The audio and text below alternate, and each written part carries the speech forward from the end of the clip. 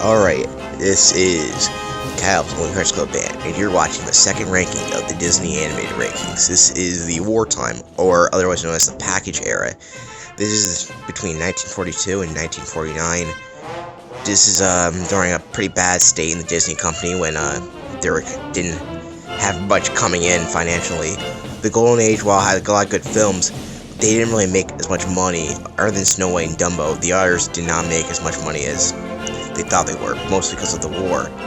And this part, well, first part of this, the first two films are made during the wartime era, trying to, well, the first two in chronological order, not in my list ranking order. They were made during the war to kind of, for South American audiences, oddly enough, to make sure they can go into, make sure they would help the war effort. Disney made a lot of war cartoons, including the Nazi Donald Duck, as you all know. But that's not what we're talking about. We're talking about the films. And the rest of these films are package films, which they just put their shorts together into one film. They put pop music at the time, like 40s pop music. So it's not your typical what you think pop music. So now, near the end, of course, when this goes for all the 40s, and then they started working on the actual films they wanted to do during the Silver Age with the next film, which we'll get to in the next part. But this is the kind of more of a dark era. This isn't the worst era of Disney animation, because I would say that would be the revival era, which, well, that's gonna come way later.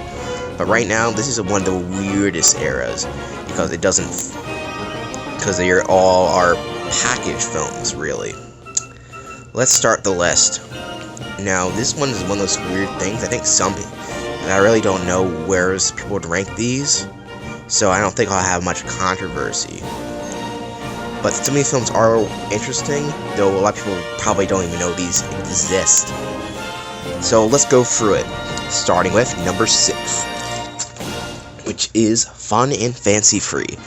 Believe it or not, I was actually looking forward to watching this because I thought the Mickey and Beanstalk segments sound like it could be good, but let's start with the first segment, which is Bongo the Bear, which is a really not that good story. Just a bear who's in the circus who leaves.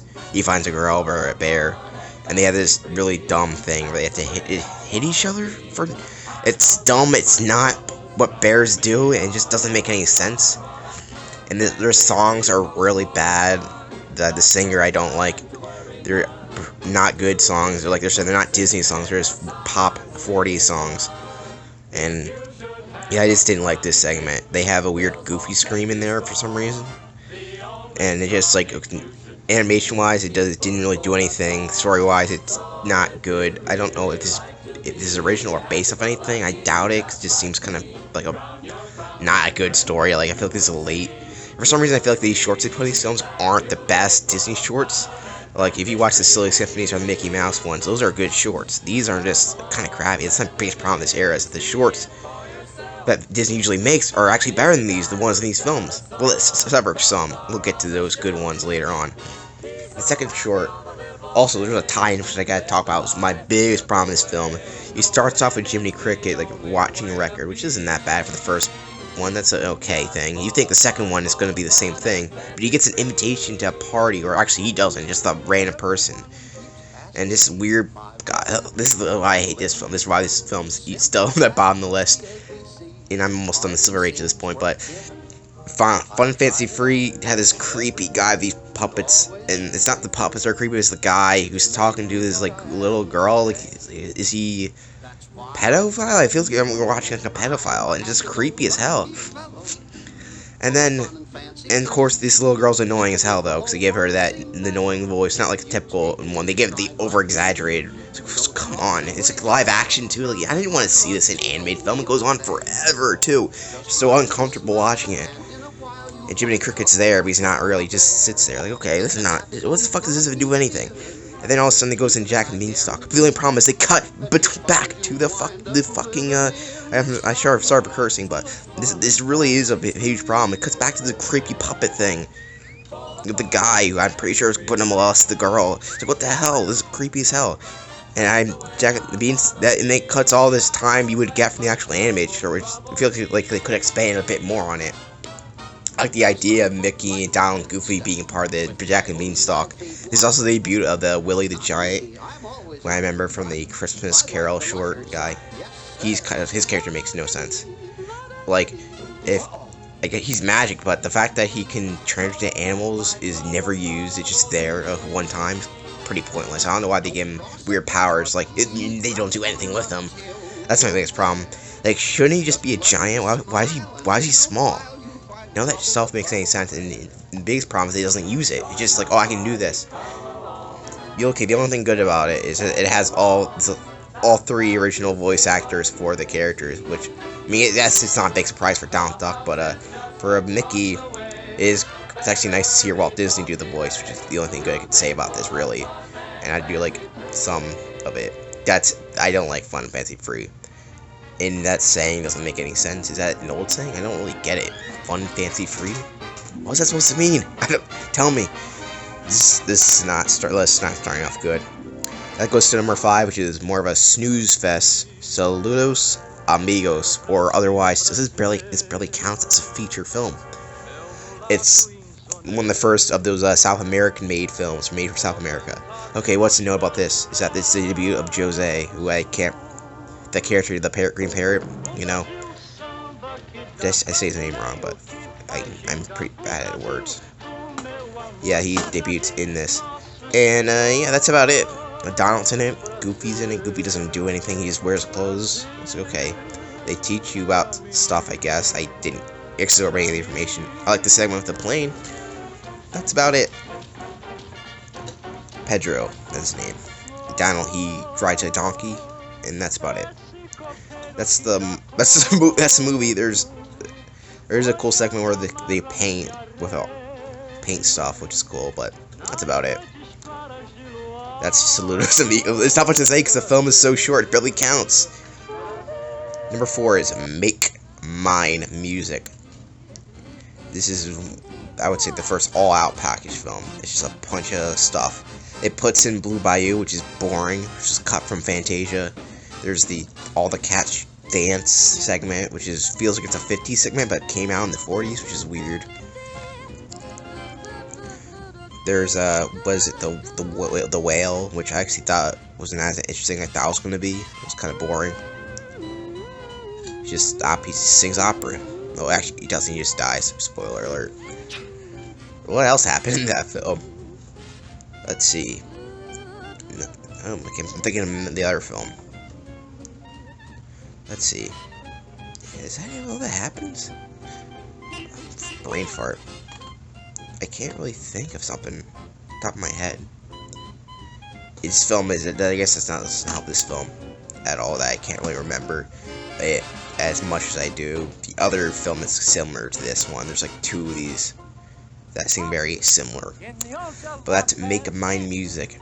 And those are the most popular shorts, so I guess I got everything, because I can't remember. I think there's like 2 boring songs that are so... This one has like 2 silhouettes. That one sucked. It's just like a lot of this stuff isn't that good. It's like, okay, I don't know what to say. Some of these films don't do anything. It's not like it's Fantasia where I can understand what's going on, like what's happening with the music. I do understand. It doesn't mean I'm dumb and don't know what's going on. I know what Fantasia is all about, but like, these films, okay, just a pop 40 song. It's not good. Let's go to finally I'll get to the top 3, which are the ones I think are actually worth watching. We got the Three Caballeros, which is the one I remember watching as a kid. It's the only one I ever watched as a kid, actually. And people like these guys a lot for some reason. And I don't really understand why. They have a huge cult following. Their main song is good. The rest of the songs, I couldn't tell you what they are, top of my head. This movie would be good. That's not a song. Movie would be good, except for one problem. There's a huge subplot of Donald chasing after human girls that doesn't work at all. The beach segment works, I guess. That's funny. There's one segment that goes on for fucking ever. I'm just gonna say how I feel, so it doesn't matter to hear stuff like that. But it goes on forever. She just chases after women, and that's it. There's one woman who sings a terrible song that's boring as hell. Oh, God. It's like, come on. I know he's a duck, and ducks have a huge, or horny as hell, but, I don't want to see that. I want to see them do the Three Caballeros sing songs or go on adventures, not just be horny. That's it. It just ends too. I like the penguin subplot, by the way. That's about it. Okay, let's get on to Melody Time, which is actually I quite like, except for one part of it. Did this have? Okay, I forgot. They make my music. The only thing I liked about that one is they had the hats. I like that segment. That's what I was thinking of. I thought that was in this movie because I thought I was too good for that. Okay, so I like that segment. Melody Time. The most noble thing is it has the Johnny Appleseed, which I like quite a bit. It's a good story. I like it. It has catchy songs in it. It's a beat. It's not the best. It's not the most amazing thing, but it's good. There's also the Little Toot, which I liked. There's a really boring segment called Trees that are it's just trees. And guys singing like, oh, trees. The more I think about this, the less I like this here. I didn't hate it watching these films. But Make My Music, everything it really showed me, especially how like not good these shorts are. It's because I was watching on the DVD, and I looked at the extras, and it had the short band concert, the Classic Mickey Mouse short, and that was better than all the shorts in all of these movies. I'm not kidding, except for the #1 film, which you probably already know what that is. Based off. Another time I liked pretty much all the shorts, except for the trees. And that's until what's another short in Melody Time? Can't remember, but that was good. Oh yeah, I was blaming on Sama. That's a good song. That's better than most Three Caballeros stuff. Saludos Amigos stuff, I should say.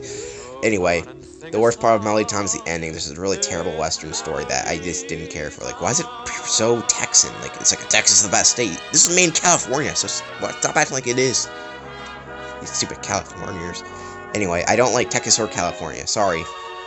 I know they're gonna come and kill me, but I'm a moderate, so don't like the most opposite of the states, but anyway, the story was dumb to me. I didn't get it, and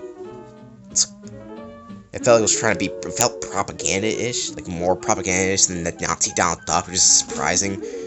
But yeah, Melody Time, the ending sucked, and I didn't care for Paco's Bill, any of the stupid stories, and the little kids were annoying as hell.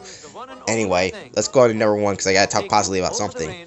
The Adventures of Ichabod and Mr. Toad. Just the weirdest title, but the best film. This film was being worked at the same time they were working on Cinderella, so a lot of it came off to this film.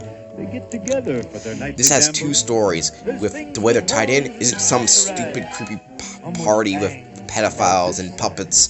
It's books, like the original stories. They go over famous stories of England and one of the America. So we get Sleepy Hollow and the Wind in the Willows. It starts off with the Wind in the Willows, so we'll talk about that. It's the Mr. Toad story, or the Sleepy Hollow, Wind in the Willows. Sorry, I don't know why I said that. It's a nice story. It's fun. It's entertaining. It's really insane film. A lot of crazy stuff going on.